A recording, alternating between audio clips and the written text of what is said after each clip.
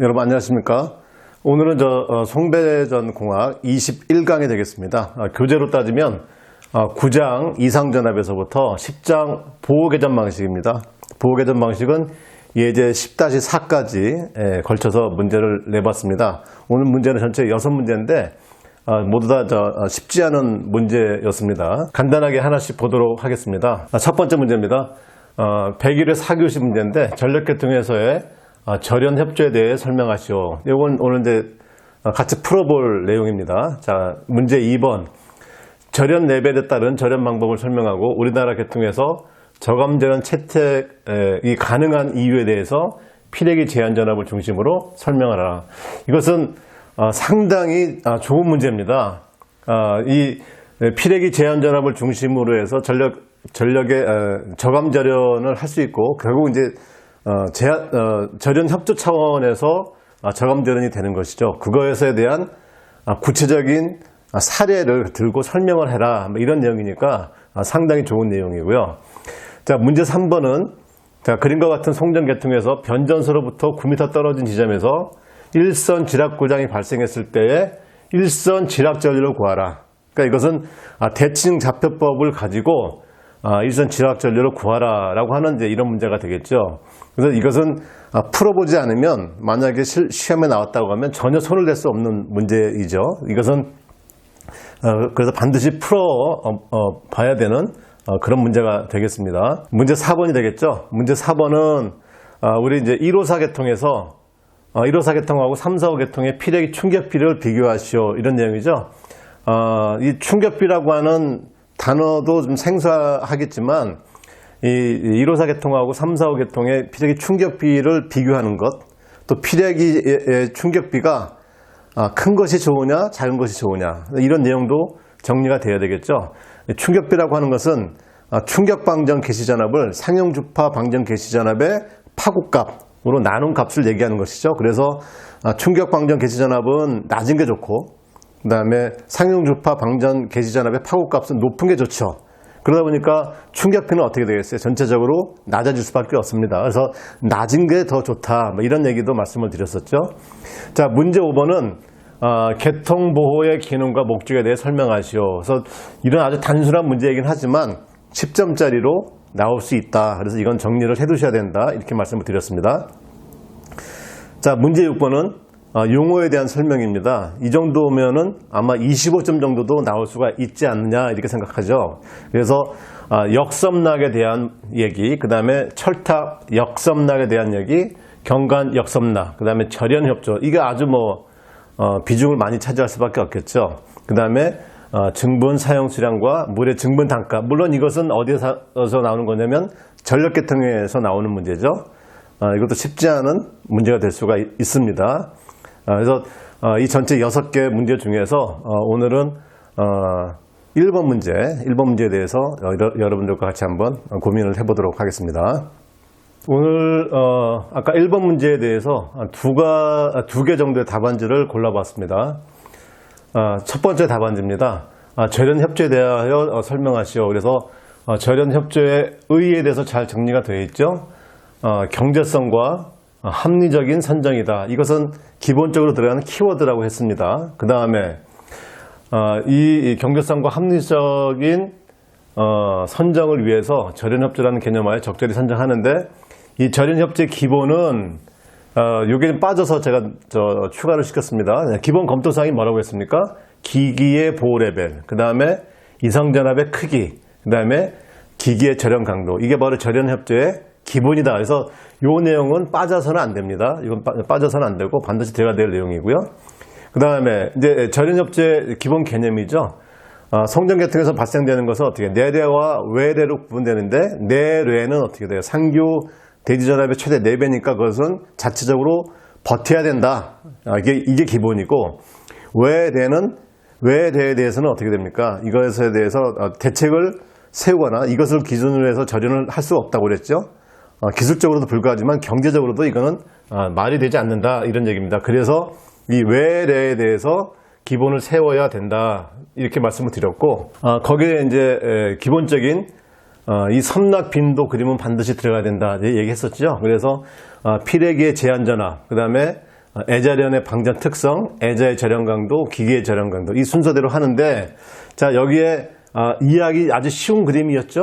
예, 아주 쉬운 그림입니다. 이게 바로 뭐냐면 피레기의 제한 전압을 기본으로 해서 만약 피레기의 제한 전압이 방전하지 못하면 무엇이 방전해야 된다고 했습니까? 아킹온이 방전해야 되고 아킹온이 방전하지 않으면 뭐가? 애자가 방전을 해야 되고 애자가 방전하지 못하면 그때서는 기기가 절연을 확보해야 된다. 이게 바로 이것에 대한 그림이다. 이렇게 말씀을 드렸고 이것에 대한 이제 설명을 잘 해 놓으셨습니다. 자, 이제 절연업조의 이제 전압 선정 예시가 이제 나와 있죠. 자, 그 내용을 이제 보면은 이제 기본적인 게 바로 뭐겠습니까? 여기에 대한 이제 기기 절연, 어떻게 절연을 선정하느냐. 그래서 전절연에서부터 그 다음에 저감 절연, 그렇죠?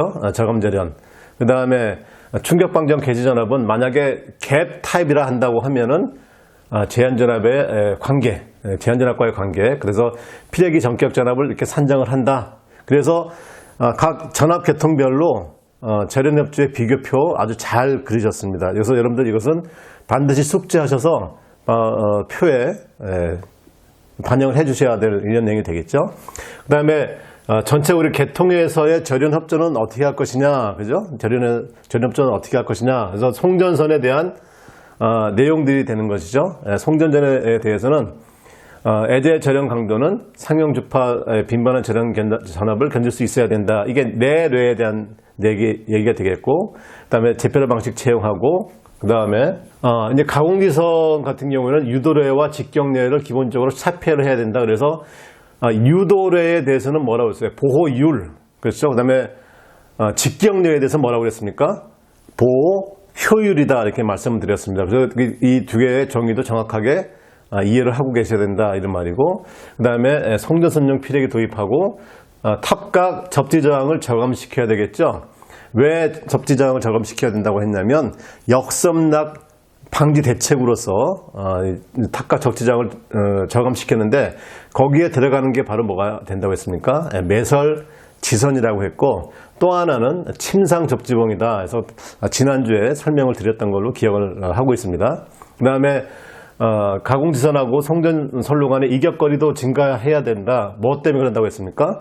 경관 역섬락 때문에 이것을 예방하기 위해서 그렇다 이런 말이었고, 그다음에 역상 배열을 통해서 이외선 동시 사고를 예방한다 이렇게 말씀을 드렸습니다.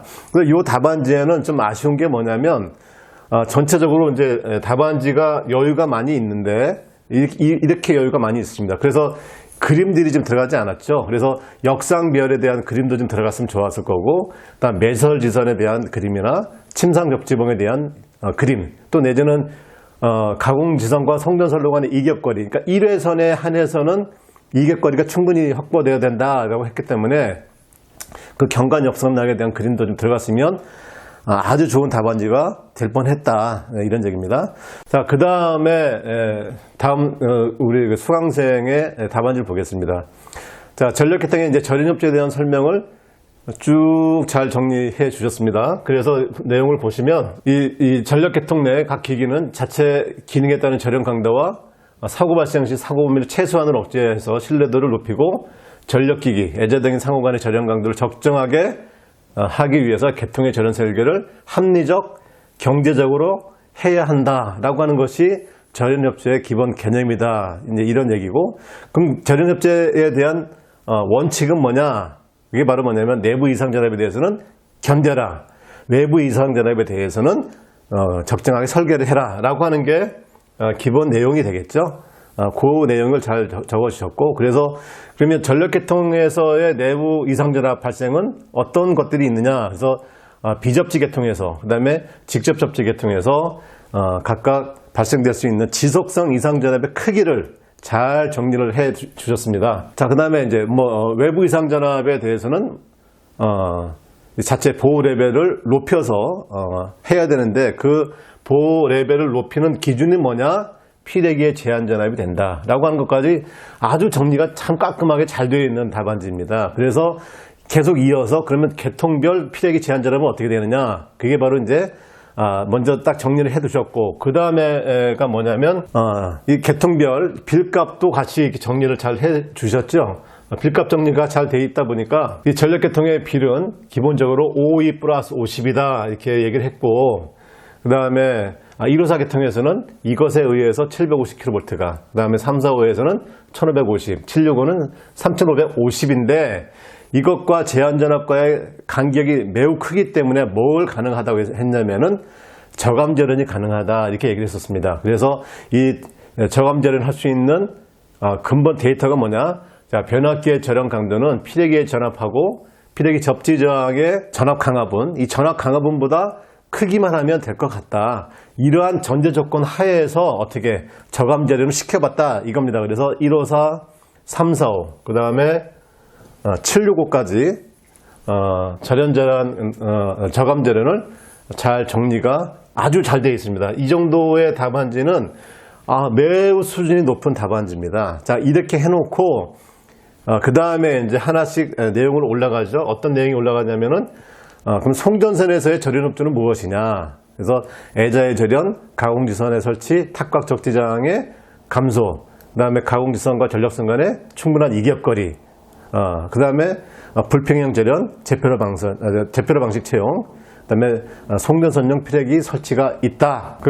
요런 내용들이 잘 정리가 되어 있죠. 그 다음에 역상배열과 피레 철탑도 있다. 그러면 송전선에서만 절연협조가 있는 게 아니고 어디 배전선과 발전소에서도 절연협조가 있다 이런 얘기입니다. 그래서 그 내용까지 정리가 아주 깔끔하게 잘 되어 있죠. 그래서 여러분들도 지금 이 정도의 답안지를 지금 정규반에서 작성을 한다. 이건 매우 어려운 얘기입니다. 현실적으로. 그렇지만 이분은 공부를 아주 꾸준하게 해오셨기 때문에 정규반에 계시지만 이런 아주 수준 높은 답안지, 그 다음에 이런 피레기 제한전압까지도 정확하게 기억을 해서 쓴다고 하는 것도 쉽지는 않습니다. 자, 여러분들 그래서 충분하게 이분들의 답안지를 보시고 지금 두 가지 사례를 설명드렸는데 잘 숙지하셔서 이분들과 같은 답안지를 쓰실 수 있도록 그렇게 노력을 하셨으면 좋겠다라고 하는 말씀을 드리고, 자, 오늘 강의는 여기서